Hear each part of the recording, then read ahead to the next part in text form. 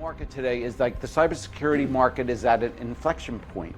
In 2017, 18, 19, 20, 21, when I was there, it was best of breed, right? Who had the best of breed firewall, we're going to put that in. Who had the best of breed endpoint, we're going to put that in. And what we've been seeing slowly and surely happen is a little transition in the market. This is a survey done by McKinsey, where out of 200 customers that were interviewed, they did a big smattering of large customers. The amount of customers who are doing single vendor versus doing more of an architectural approach is starting to change. So we're seeing customers start to consolidate vendors and try to get more robust integrations and observability from single types of vendors. That doesn't mean it's only one vendor, right? It's a bit different. And the security market for managed security services is predicted to grow quite extensively over the next few years. And that's because of a few reasons. One is customers are saying this is just too much for me to manage, and they have reasons for that, right? Some are staff requirements, some is cost. But one of the other drivers behind this, and you all know this because you're the customers, is that all of the security companies today are working towards enabling their platforms to be managed. So Palo Alto, Fortinet, Cisco, CrowdStrike, they all have a managed component in their environment. But mostly it's around their solution only. It's not around a more holistic security architecture. But as they drive more capability and innovation into their solutions, it's going to drive market change. 75% of customers, and this is a Cisco's provided information from Gartner that they interviewed, are looking to consolidate vendors. Now again, consolidating vendors doesn't mean I'm going from 40 vendors to one vendor, right? It means I'm going from 40 security vendors maybe down to 22, right? Something feasible, manageable, and also that provides the right security architecture and observability that could be managed very well by any customer. And of course, 80% of all breaches target users. And I think we all know that the worst type of campaigns that we see are those that start off with a ransomware attack by sending an email and somebody clicks on a link. And I think innovation in email technologies and observability platforms are starting to help take the human error problem away from that, but it's not completely resolved yet. But I think it'll get there. So managed security customer use cases. So at Port 53, we have 27 or 800 customers in our SOC. And what we've been able to determine is what we think are the most common things we hear as to why a customer says, you know, I've been managing this by myself, or I've been using somebody to manage pieces of it, but it's just not what I need, right? It's just not capable for me to support it. Plus, my leadership team doesn't have the confidence in it because I can't tell them we're safe, right? And nobody really can, but you can show how safe you can be, right? So first of all, resources. Resources are a problem, especially when we get to commercial customers, small, medium business.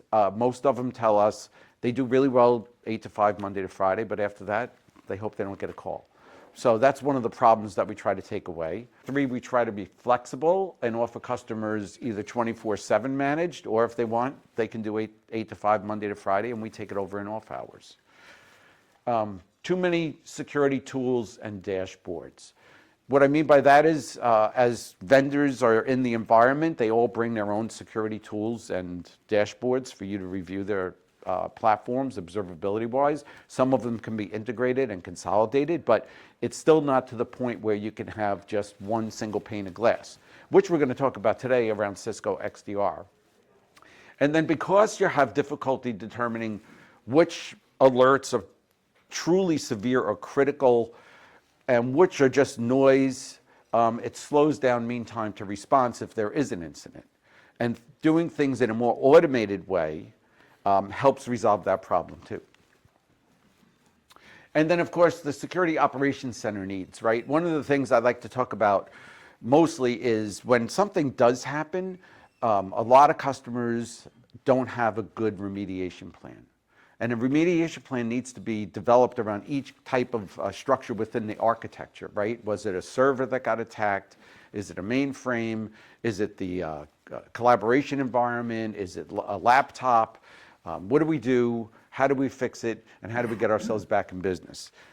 Also, full access across the alerts on the architecture, as I mentioned before, but those full alerts need to be intelligent, right? So if you just watch alerts come over, you'll be flabbergasted with them. They need to be brought to you in a way where you know this one needs to be attended to. Risk and compliance requirements, and that NIST platform is very good to be able to help with those types of things. And tools that provide speed and accuracy. So when I say speed and accuracy, what we're seeing come out in security tools is more automation, right? So automated detection, some automated response. Take the requirements for detection and response out of a human hand and put it into an automated type fashion, but leverage the human requirements to make sure that they're validating that these are actual malicious types of behaviors, and also this is the right type of response to take. But it's like everything else, like in your house, if you get a water leak, it's like you don't shut the main breaker off in the whole house, you just shut the breaker off in the kitchen. What we see a lot of customers do is panic and just shut the whole thing down, which is bad, because then you have to restart your whole environment over. So in our opinion, every company or business can transition its security strategy from multi-vendor solutions to a managed architectural approach with XDR or managed XDR. You can manage it yourself, or you can have someone like Port 53 work with NSI to manage it for you. And again, just a reminder, moving from a multi-vendor solutions doesn't mean moving to just one vendor, right? It's just consolidating to optimize your architecture. And the goal behind this is to get the strongest security posture you possibly can get. So when your leadership team wants to know, are we safe, you can give them a very good depiction of the level of safety you have and where you may have some risks. So the market growth drivers behind XDR today, and if you look up any of these types of viewpoints in Forrester or Gartner or any of the other security vendors, they all have a playbook. It's a plethora of things that are starting to drive more and more adoption of XDR. Plus, XDR is not necessarily an old technology. It's really been innovated over the past 18 months or so, and most big security houses have some form of detection and response capabilities, but this is becoming more critical and more required, right? The centralized visibility, as I mentioned, of integration of tools is becoming necessary. It's not an option, it's a requirement. Regulatory compliance, making threat prioritization easier is something that also needs to be done, as well as reducing protection and effectiveness. So when you have a critical incident, as I mentioned before, you want to be able to focus on that critical incident and not on the whole environment.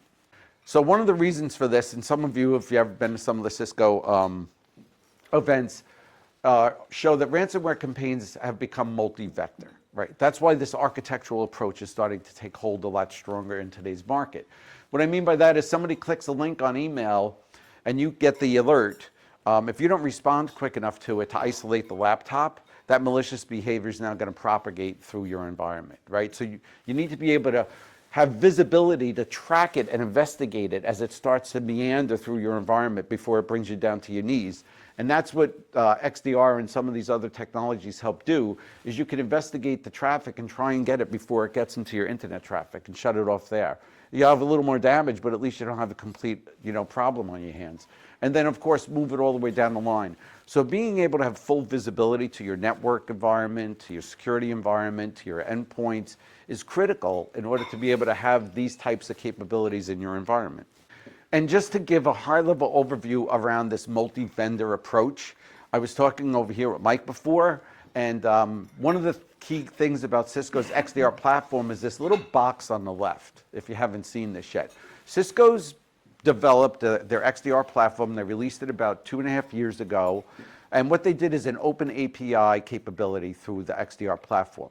So what does that mean? They have an open API environment because they want to give you customer investment protection, because you may already have CrowdStrike or Palo Alto or Proofpoint or any of these other vendors in your environment. Cisco's got the capability now in XDR to integrate any one of these vendors into the XDR platform, so you can see your full Cisco footprint, but you could see all of your other security vendors in your environment in one pane of glass. So it's full observability. And these are not the only vendors. That QR code will take you to a page in Cisco that lists over 450 different vendors that they've integrated. And the interesting part is working with competitors. And by the way, when I worked at Cisco, we really didn't like Palo Alto or Fortinet or CrowdStrike very much. But each one of the vendors and Cisco all realize that it's for the good of the customer that we build a strong environment, because nobody wants to be the vendor whose solution didn't stop a malicious attack. So, for instance, CrowdStrike also did the integration and offered out the capability for us to leverage their policy information. So if you have a CrowdStrike endpoint and somebody clicks on a link in an email, we get automated detection, but now we do automated response. So we use their policy to go isolate that laptop before that has the chance to propagate to the next step in your environment. And then all these integrations are then taken from an extended point of view from all the different architectural points in the environment. They drag all of the telemetry into the detection to understand what actually is happening and what do we need to do about it. They trigger a response, which is an alert, and then they do a response so we can do something about it. And it may be ignore it, it may be isolate a laptop, it may be something different, but we have a full playbook on how that works. And then just from a bigger picture perspective, we put Cisco XDR in the middle of this picture, like the heartbeat of the architecture, but it goes to show that all these integrations, all the secure client requirements, any connections from the clouds or any private or public clouds, as well as any on-premise network, branches, data centers, all get rolled into the Cisco XDR platform to give you that visibility that we're hoping customers can migrate themselves to over time with a full architectural approach.